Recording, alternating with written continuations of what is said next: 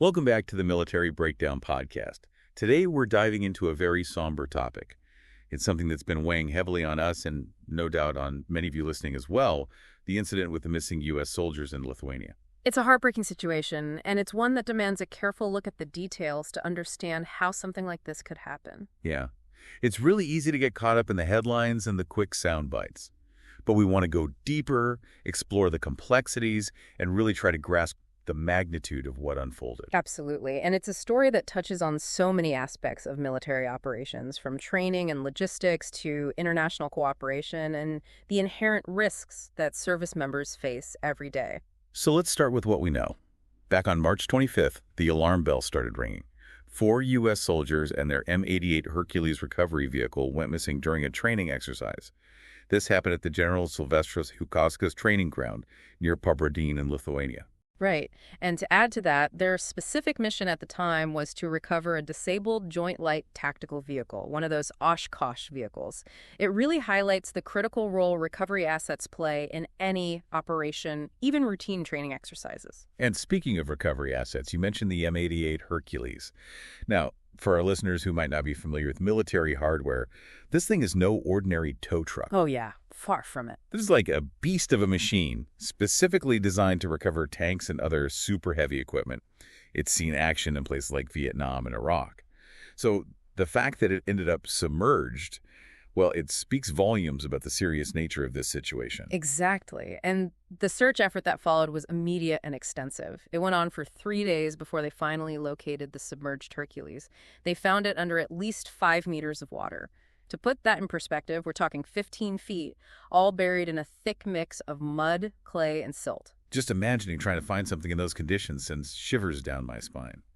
And then, unfortunately, came the news we were all dreading. Yeah. On Monday, after those grueling 3 days of searching, they found 3 of the 4 missing soldiers inside the recovered vehicle. All of them were from the 1st Armored Brigade Combat Team, 3rd Infantry Division, and sadly, they were deceased. Such a heavy blow, not just for their families, but for the entire military community. Absolutely. And then, of course, the search for the 4th soldier continued, adding even more tension and uncertainty to an already tragic situation. Sadly, on Tuesday, April 1st, his remains were found near Pabradėnai. It brought some closure to the search effort, but the overall outcome remains deeply saddening. Absolutely. And it's important to remember that, as of right now, the identities of the soldiers haven't been publicly released. Yeah, out of respect for the families and to make sure they're notified first, that's always a priority in these situations. Right. It's a deeply personal tragedy, and ensuring the next of kin are informed appropriately is paramount. What we do know is that all 4 soldiers were part of the 1st Armored Brigade Combat Team, 3rd Infantry Division. They were stationed at Fort Stewart, Georgia. Now, turning to the search and recovery operation itself, it sounds like it was a monumental effort with a lot of international cooperation involved. Oh, absolutely. We're talking a full 6 days of intense searching. And right from the start, there was this incredible collaboration between U.S., Lithuanian, and Polish forces and authorities. They were all working together side by side. And later on, even more support arrived, right? That's right. Estonia joined the effort and brought in some very valuable resources, including military police dogs and their handlers. They're particularly skilled in searching those dense, wooded areas, and that kind of expertise was crucial in this situation. Now, we know that the Pabradėnai training area, being so close to the Belarusian border, is a pretty tough environment to operate in. Can you shed some light on why that made the search so difficult? Yeah, it's a challenging landscape for sure. Yeah. Lots of thick forests and swampy areas, which naturally makes movement difficult. Visibility can be very limited, and the ground itself can be unpredictable, sometimes solid, sometimes shifting.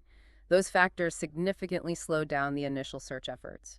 And then, of course, once they located the vehicle underwater, the difficulties multiplied. You can say that again. Reaching that submerged Hercules was no easy feat. There were thick layers of mud, clay, and sediment at the bottom of the water, so thick that divers reported zero visibility. It made everything so much more dangerous and complex. It's hard to even fathom working in those conditions. Yeah. They had to bring in U.S. Navy divers, highly trained specialists, and even they had to physically wrestle their way through that thick mud to reach the vehicle. It's a testament to their skill and commitment. And then you have the sheer size and weight of the Hercules itself to consider. Right. It's a massive piece of machinery, somewhere between 63 and 70 tons. That's like trying to lift a small building out of the water, and not just out of the water, but out of this thick, clinging mud. It presented a huge engineering challenge. It sounds like it took incredible strength and precision to pull that off. Absolutely. At one point, they estimated needing about 600 tons of force just to break the Hercules free from the mud. That's almost 10 times the weight of the vehicle itself. They used multiple Hercules vehicles and Lithuanian bulldozers in the initial attempts, but they ultimately needed even heavier dozers, ones with better grip, to get the job done. So it really was a massive multinational effort requiring specialized equipment from several countries. It really was. And it took a long time. After about 2 hours of towing, they were finally able to pull the Hercules ashore. It was a huge relief, I'm sure, for everyone involved. So now that the recovery is complete, the big question becomes, how did this happen? And that's what the investigation is all about. Lithuanian military police and U.S. investigators are working together at the site, combing through everything. They're looking at the scene, the recovered vehicle, all the details, trying to understand exactly what led to this tragedy. And we know that the training area itself is designed to be challenging, to prepare troops for real-world combat situations. Are incidents like this common in such environments? Well, it's true that the Pabrata training area is rugged. It's supposed to test both the soldiers and their equipment. So, yes, vehicles can get stuck sometimes. It happens. But an incident of this magnitude, with such a deep submersion and such tragic consequences, is very unusual. The investigation will definitely look into whether all the proper safety procedures were followed and whether any unforeseen factors contributed to this happening. Now, throughout this ordeal, we've heard from several leaders and officials, both within the military and in the government. Their statements really underscore the gravity of the situation. Absolutely. When the news broke that 3 soldiers had been found, Major General Christopher Norrie, the commander of the 3rd Infantry Division, he expressed his deep sadness and gratitude for the search efforts. It's clear that he was carrying the weight of this loss on his shoulders. You could hear it in his voice. And then, after they recovered the 4th soldier, we heard from General Christopher Donahue, the commander of U.S. Army Europe and Africa.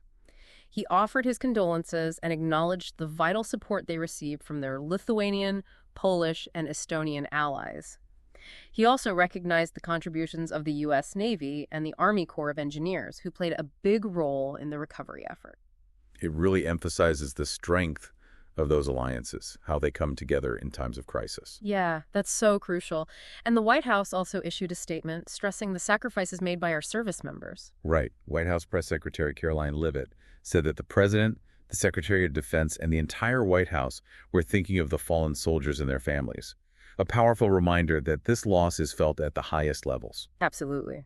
And Secretary of the Army Daniel Driscoll also shared his condolences on X, the platform formerly known as Twitter.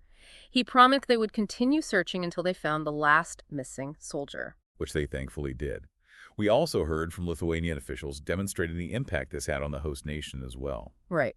Early on, Lithuanian Defense Minister Dovila Kalėjienė suggested that the vehicle might have driven into the swamp at an angle. And later, after they recovered the Hercules, she confirmed it on Facebook and said the investigation was ongoing.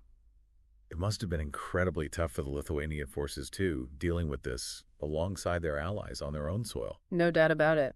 These kinds of collaborations, while born out of tragedy, can also strengthen those bonds between nations. And Major Nicholas Nukchop, a spokesperson for U.S. Army Europe and Africa, he talked about how difficult the training area is and emphasized that this was a really unusual and tragic event. It's a stark reminder that even in training, there are inherent risks involved. And there was also a brief moment of confusion regarding the status of the soldiers, wasn't there? Yeah, NATO Secretary General Mark Rutte initially made a statement that seemed to imply all 4 soldiers had been found deceased, but the alliance clarified soon after that they were still searching for the 4th soldier at that time. It's understandable, given the sensitivity and the fast-moving nature of the situation. For sure. And after the recovery was complete, Lieutenant General Charles Costanza, the commanding general of V Corps, expressed his gratitude to the multinational recovery team for their hard work and dedication throughout the entire ordeal.